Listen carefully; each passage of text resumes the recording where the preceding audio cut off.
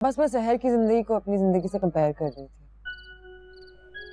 पहले उसकी शादी एक ऐसे आदमी से होने जा रही थी जिसे वो जानती तक नहीं थी, और अब ऐसे आदमी से हो रही है जो उसकी दुगनी उम्र का। अच्छा ये बताओ, राफे कहाँ है? देखा नहीं उसको सुबह से। कहीं बाहर गया है, आ जाएगा।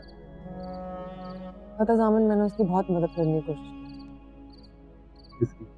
क्या हो गया है जामिन, कितनी मर्तबा बताऊं, मैं सहर की बात कर रही हूँ। हाँ तो क्यों किए जा रही हो की बात यार? जामिन, तुम अपने माँ बाप को रोकने में नाकाम हो गई हो ना, तो बस खत्म करो ये चैप्टर। वो फिर भी हमारी कजन है जामिन। I feel bad for her, really bad. तुम्हारे बुरा फील करने से क्या हो जाएगा हरी? उसकी जिंदगी बदल जाएगी। ये तुम्हारे मामा बाबा अपना फैसला बदल देंगे, नहीं ना? तो उसको उसके हाल पे छोड़ दो प्लीज। ओके फाइन, लेकिन तुम ऐसे क्यों रिएक्ट कर रहे हो? सॉरी यार, लेकिन प्लीज मैं इस मौजूद पे और बात नहीं करना चाहता। कोई और बात नहीं।